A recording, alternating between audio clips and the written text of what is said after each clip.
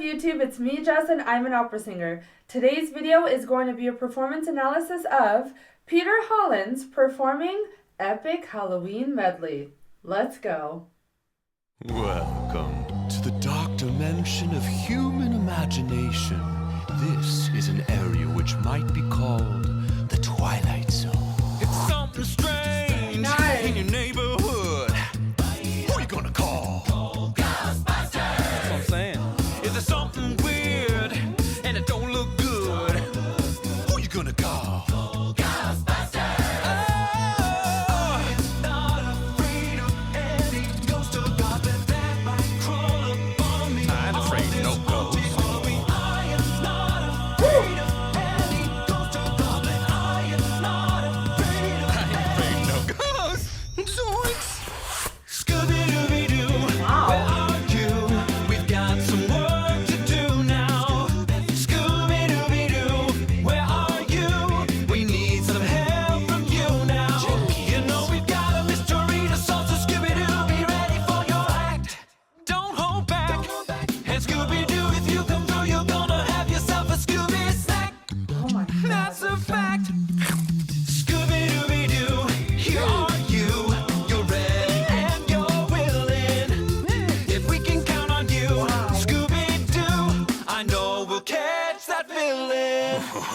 Boys and girls of every age, would you like to see something strange? Come with us and you will see this our town of Halloween. This is Halloween, this is Halloween. Pumpkins scream in the dead of night. This is Halloween, everybody make a scene. Trick or treat till the neighbor's gonna die of fright. It's our town, everybody scream in this town of Halloween.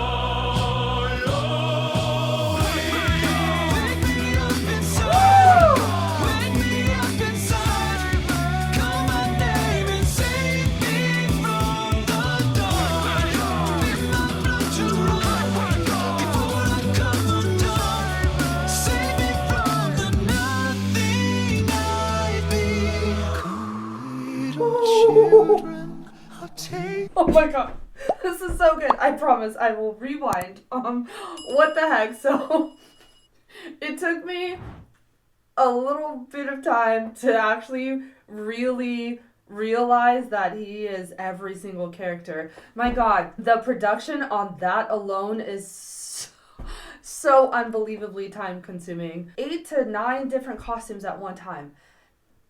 Jeez, and then on top of that, you've got all of the videography and the editing going on with the special effects, the green screens. How does he only have 3 million followers? Honestly, this is like next level. I wonder if there's sheet music to this. Ooh, that would be helpful. No sheet music. So, I am not a wizard. I can't hear everything happening at once in that short of a time. It would take me forever to dissect everything that is going on. But one thing I definitely want to talk about are the transitions, because I think that's really what makes or breaks a medley when you're putting together different songs from maybe even different genres or different keys or whatever. How you blend those together pretty seamlessly so the transition from one to the next isn't too jerking to where it takes your attention away from what the focus of the video is. So the transition from Ghostbusters to Scooby-Doo was interesting. It was broken up by a drop in sound and then there was some dialogue.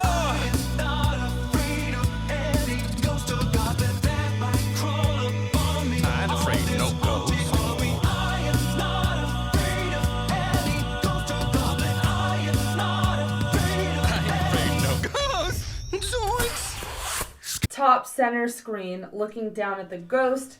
He's looking scared, and then the top left corner has the gun, and he inhales that ghost. Was that a sound effect, or was that Peter Hollens? Let's hear. Not afraid of no ghost. Huh. No ghost.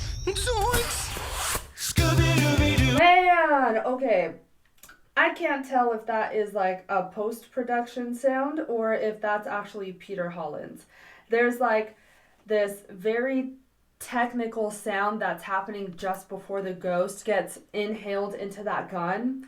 It sounds like a machine. It doesn't sound like that's coming from a human voice. But if it is, my God, that's really, really incredible. So then you get that sound of the machine, and then you get the of the inhalation, and it's almost on like a like an SH sound, which is a perfect segue into the next portion, which is Scooby-Dooby-Doo.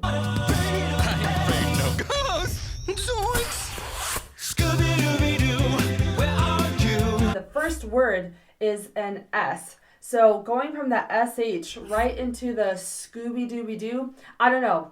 I thought that was a really good pairing because it just makes everything sound very harmonious. So the bass line is really interesting, and it's especially difficult because of the leaps and skips that is happening on top of how quickly it's going.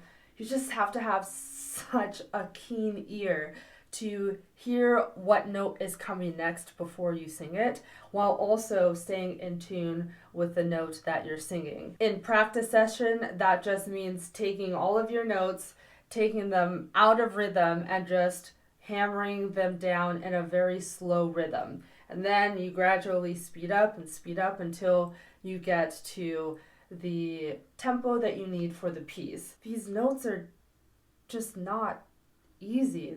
Like, I'm not gonna even try and pick them apart, but it's really impressive. During this part, I also loved listening to the bass line as well as what was going on in the melody. The bass had a rhythm of do do do do do do do do do do do do do do do do do do do. Scooby-Dooby-Doo, where are you? We've got some work to do now. So with a melody, you have more of longer held notes than in comparison to what's going on in the bass, and I thought those two on the outermost voices just complemented each other really well. The transition from Scooby-Doo to This Is Halloween is pretty stark because you're going from major to minor, and the end of Scooby-Doo ended in C major, and the beginning of This Is Halloween started in C minor. So the difference is pretty stark considering you're going from 0 flats to 3 flats for the key of C minor. You're ready and you're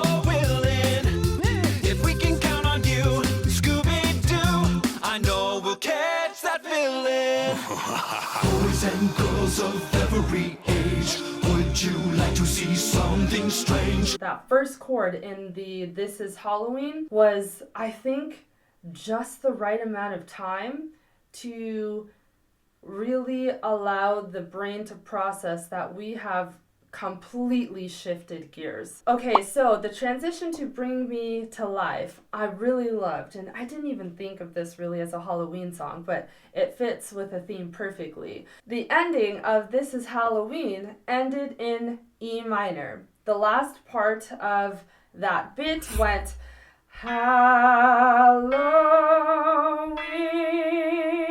we're in E minor, and then that is the perfect segue to Bring Me to Life, which the original key of that piece is E minor. It's our town, everybody scream in this town of Halloween.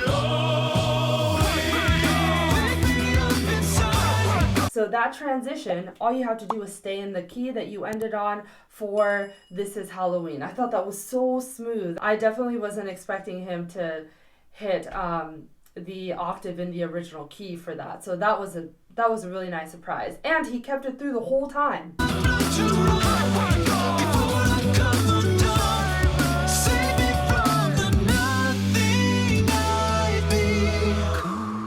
Little children, I'll take thee away into a land of enchantment.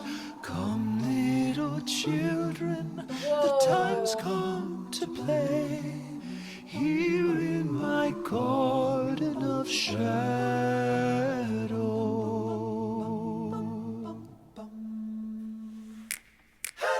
They're creepy and they're kooky, mysterious and spooky. They're all together ooky, the Addams Family. Neat. Sweet. Brains. So get a witch's shawl on, a broomstick you can crawl on. We're gonna pay a call on the Addams Family.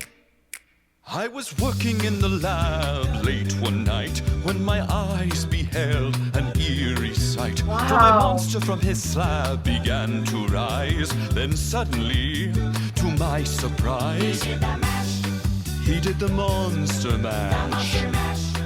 It was a graveyard smash. It caught on in a flash. He did the monster mash.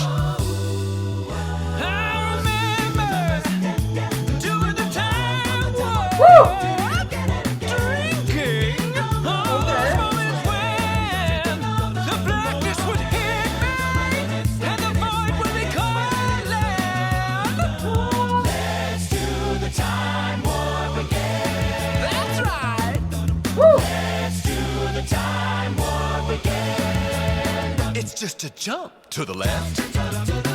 Whoa! With your hands on your hips. Wow! Let's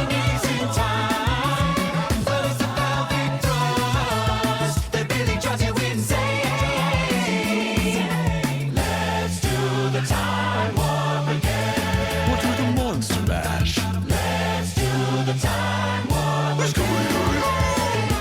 Nice. That's good. Little children. Let's do the time warp again. Wake me up inside. Let's do the time warp again. Time warp again. Hey Hollens family, I hope you enjoyed that one. Jack sure did. And you're going to love the other video that's Wow. right about here or here. Happy Halloween. Oh my god, that was so good. The videography is honestly next level. I was tripping out because the first time I noticed something moving from one box to another was when the top left box had a balloon. The guy, Ghostbusters. And the balloon went into the top middle box. I forget who was in that. I think it was Scooby-Doo. And when the balloon floated into his box, Scooby-Doo got super scared. And I was like, I don't think people even understand how much goes into that smooth transition. And then it just kept getting more and more intense with all of that videography. You got more movement kind of outlining the frame of the video, which was nice. Just adds to this idea of intensity as the piece is coming to a close. And then the bass line really picked it up. And then you got even more movement from one box to the next in terms of an item moving around. Then you also got a small snippet of all of the themes that we heard before. Let's do the time warp again. We'll do the monster mash. Let's do the time warp Let's go. Addams Family. Let's do the time warp again. Little children.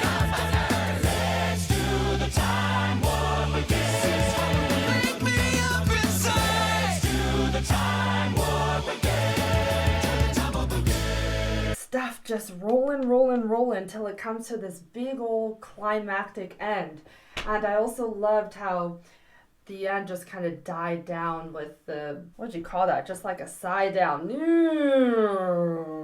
Let's do the time warp again. Wake me up inside. Let's do the time warp again. Time warp again.